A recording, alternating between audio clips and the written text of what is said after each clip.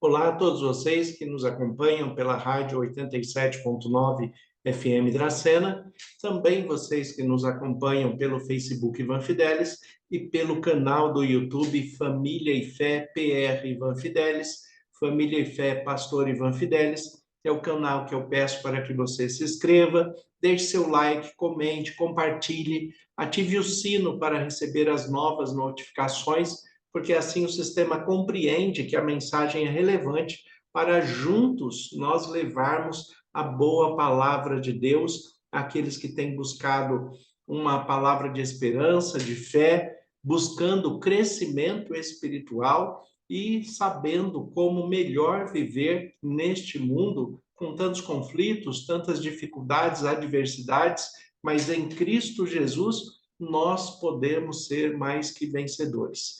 Então, a todos vocês que nos acompanham, que Deus continue abençoando de um modo muito especial a sua vida e a família que você representa, e também que os seus pedidos, aquilo que você tem mais íntimo, seja colocado diante de Deus para que ele atenda segundo a vontade dele, que é sempre boa, agradável e perfeita. E certamente ele está atento às suas necessidades. Hoje vamos falar um pouquinho a respeito da comunidade cristã e como isso se desenvolveu ao longo do tempo. Para os historiadores, existe uma frase que é bastante conhecida, né, em meio aos historiadores, que é: aquele que não conhece a história repete. E isto realmente é um fato na vida humana. Aquele que não conhece a história repete. É por isso a necessidade de crescimento, de busca, de compreensão dos fatos e de conhecimento histórico para que nós possamos, de fato, crescer de maneira saudável, de maneira íntegra e não repetindo os erros que já foram cometidos no passado. Porque a repetição do erro é o não deslanchar da vida. Quando nós ficamos repetindo os mesmos erros, nós não crescemos, nós não nos adiantamos na vida, nós não prosseguimos, né, nesse crescimento que é tão necessário para todo ser humano.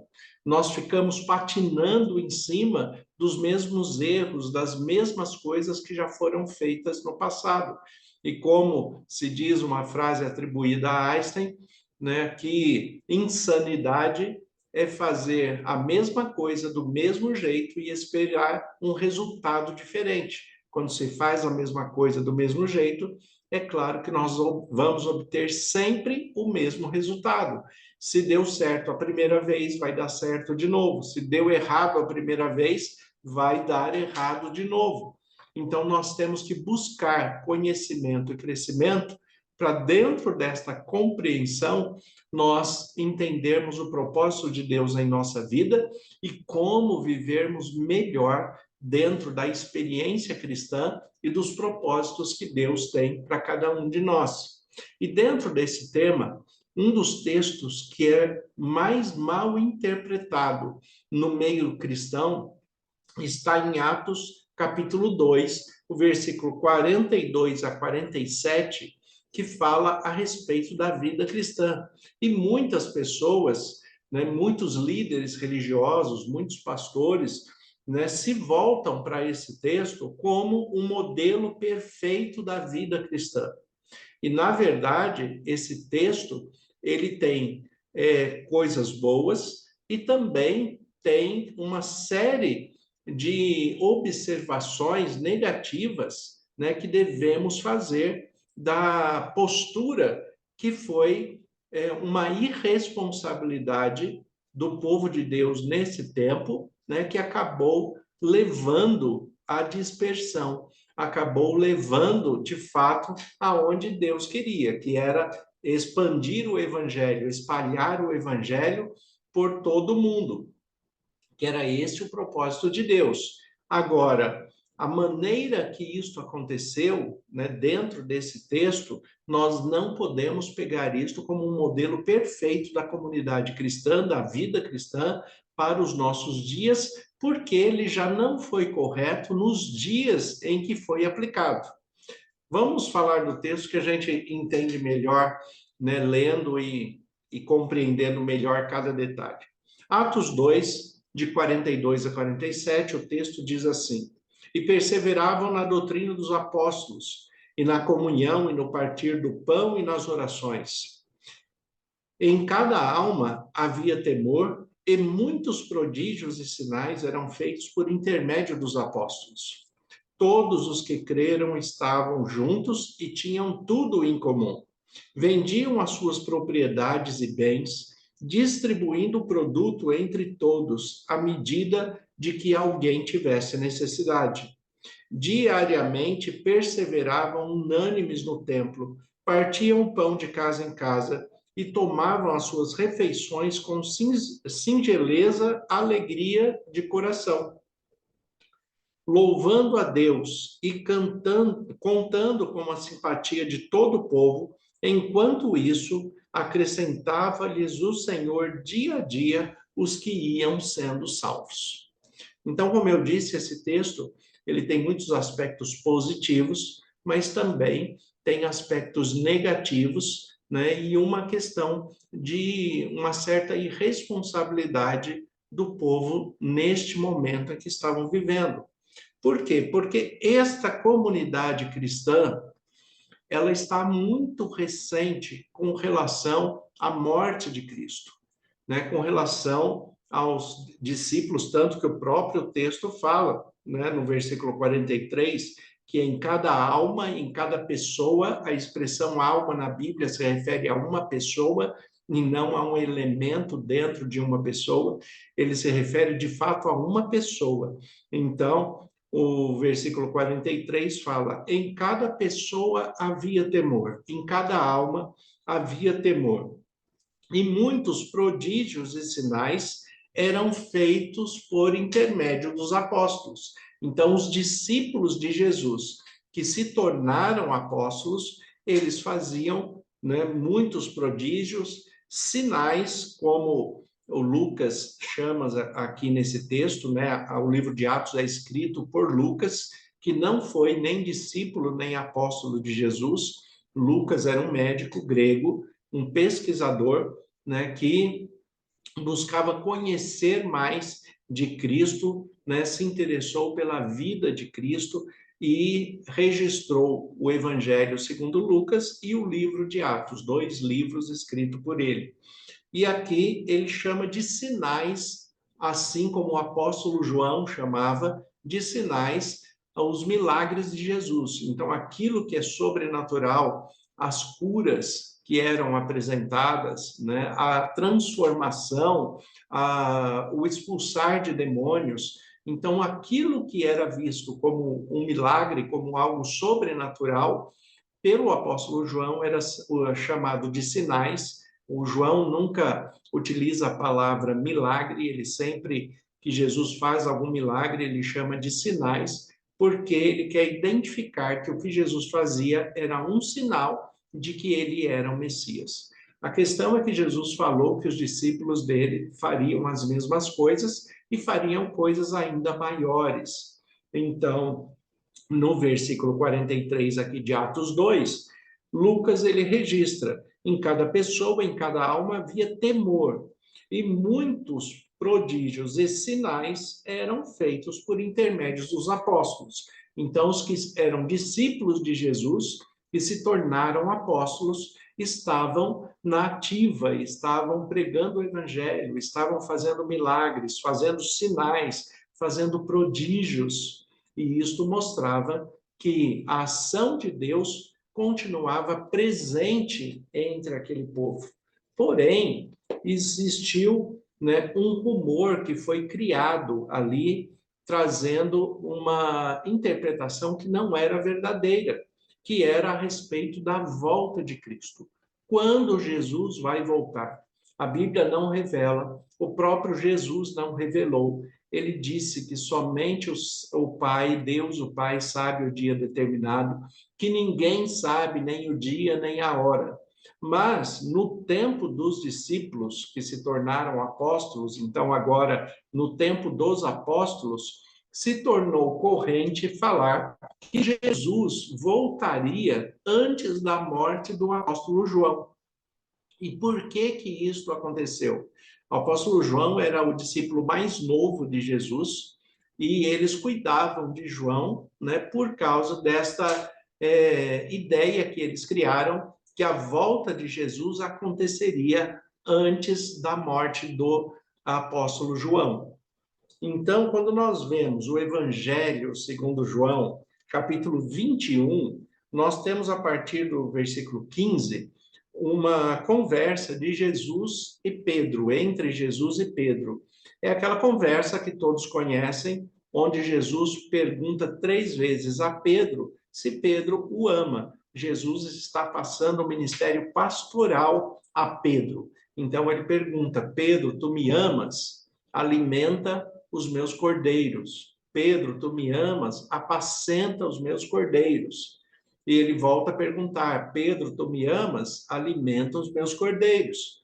Então, esta passagem aqui que Jesus está falando para Pedro que ele tem que ter um amor que supere todas as coisas para ele continuar alimentando e cuidando das ovelhas de Jesus Cristo, do rebanho de Jesus Cristo.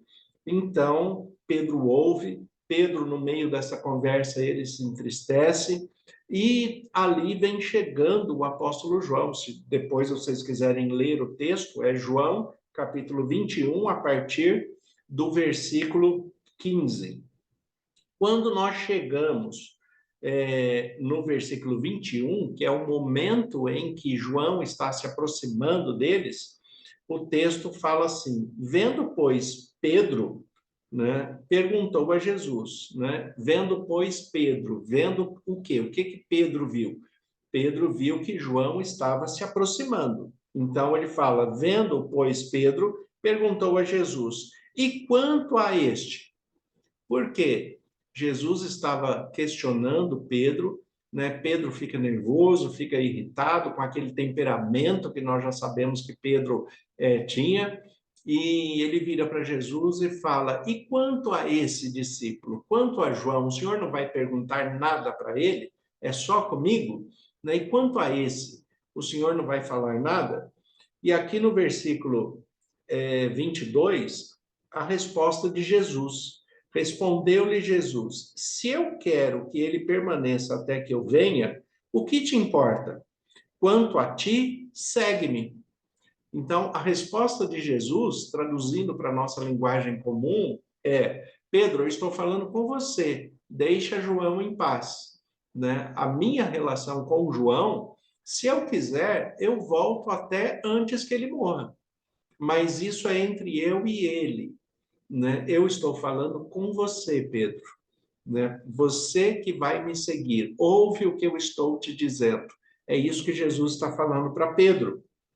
Só que olha o que aconteceu. O versículo 23 fala: então se tornou corrente entre os irmãos o dito que aquele discípulo não morreria. Entenderam? O texto fala que o discípulo, que João, não morreria até, né, sem que Jesus voltasse.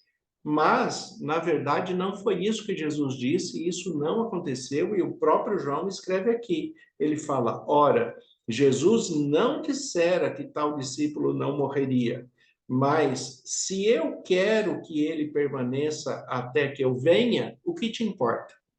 Né? Ele está no meio de uma discussão com Pedro, João se envolve, e as pessoas que estão ouvindo esta discussão, né, criam esta imagem que Jesus vai voltar antes da morte do apóstolo João. Então, quando nós chegamos no texto de Atos 2:42, nós temos uma comunidade recente, seguidores de Cristo, cristãos convertidos que receberam a Jesus Cristo como o único Senhor e Salvador de suas vidas, mas têm a expectativa que Cristo vai voltar em breve, porque afinal de contas, dentro da idade que João está, né, e até a longevidade de uma pessoa normal daquele tempo, viver aí por volta de 80 anos de idade, então Jesus teria, no máximo, vamos dizer, uns 60 anos para voltar. E aí, o que eles fizeram? Eles juntaram a comunidade, todos aqueles que se convertiam, eles pararam de trabalhar e viviam só pregando o evangelho, né? E a irresponsabilidade está exatamente aí, né? Porque pregar o evangelho é uma necessidade do cristão. Pregar o evangelho é muito bom.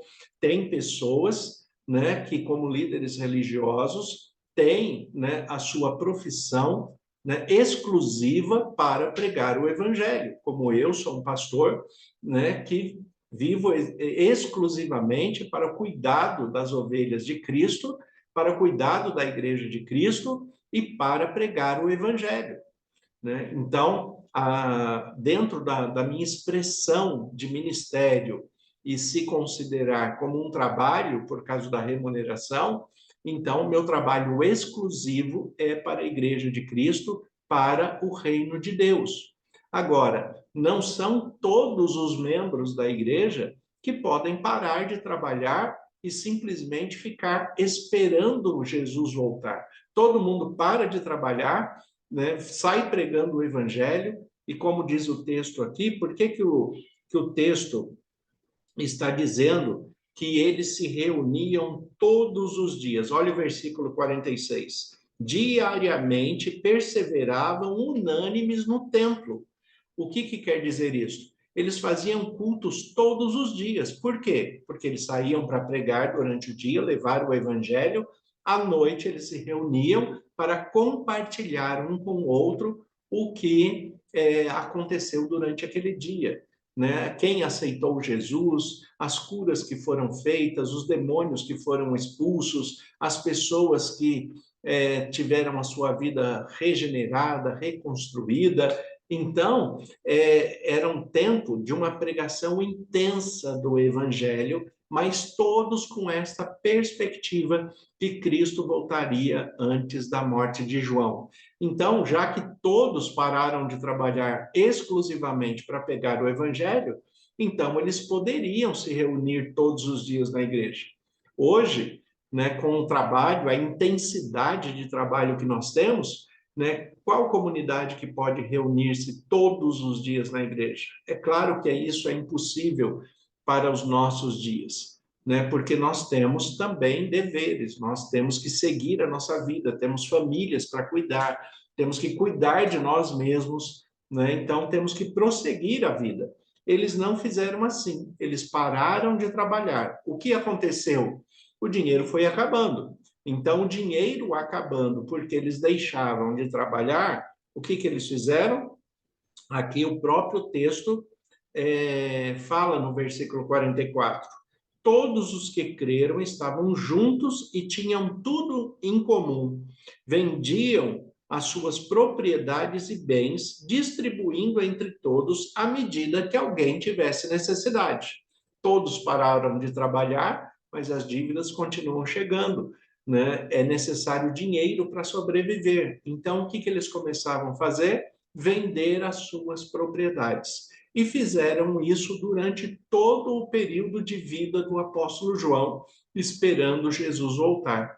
João morre em idade avançada, ele morre de velhice, em idade avançada, porque todos cuidavam muito bem de João, com essa expectativa da volta de Jesus.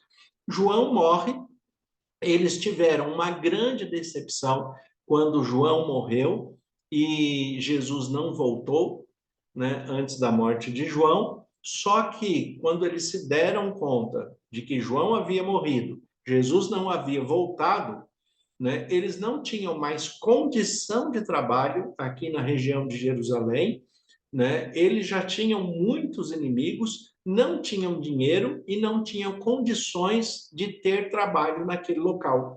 Então, o que eles foram obrigados a fazer? A se dispersarem para cidades vizinhas, para outras localidades. Cada um foi para um lado, porque tiveram que voltar a trabalhar para continuar na sua vida, e nessa dispersão, indo para outras cidades, é que eles continuaram pregando o evangelho, e aí sim o evangelho se espalhou para todos os lugares, como era propósito de Jesus Cristo, que a mensagem do evangelho fosse pregada em todas as nações. Mas eles, por causa desta irresponsabilidade, acabaram, né, cumprindo a palavra de Jesus, mas porque eles perderam tudo, né? Então, hoje, né, infelizmente, como eu disse no início, aquele que não conhece a história, repete. Muitos líderes religiosos, né, utilizam esse texto, infelizmente, para levar vantagem, para induzir pessoas a entregar tudo que tem para uma determinada igreja, uma determinada denominação, e não é isso que a Bíblia está falando. O que a Bíblia está dizendo é que nós temos sim que pregar o evangelho, levar o evangelho a todos, temos que ter uma vida simples, uma vida humilde, uma vida onde nós possamos estender as mãos para aqueles que têm necessidade realmente, mas nós não podemos ser irresponsáveis, né, deixando o trabalho de lado e unicamente para a expressão da pregação do evangelho, a não ser que o ministério seu chamado por Cristo seja esse, e você vai viver exclusivamente para o evangelho. Aí sim você vai ter uma remuneração, porque a própria Bíblia diz que o trabalhador, né, é digno do seu salário. Mas isso tem que ser feito através de um chamado de Cristo, guiado pelo Espírito Santo, por aquele que vai dedicar a sua vida a Deus, à Igreja de Cristo, ao reino de Deus aqui na Terra. Isso não é para todas as pessoas. Isso não é para os membros da igreja. Isto é para aqueles que são chamados por Cristo ao ministério pastoral, à liderança eclesiástica. Então, o que o texto está colocando aqui é um fato que aconteceu naquela época, que nós temos que conhecer a história para não repeti-la em nossos tempos. O que acontecia naquele tempo de bom que nós temos que manter. Versículo 42.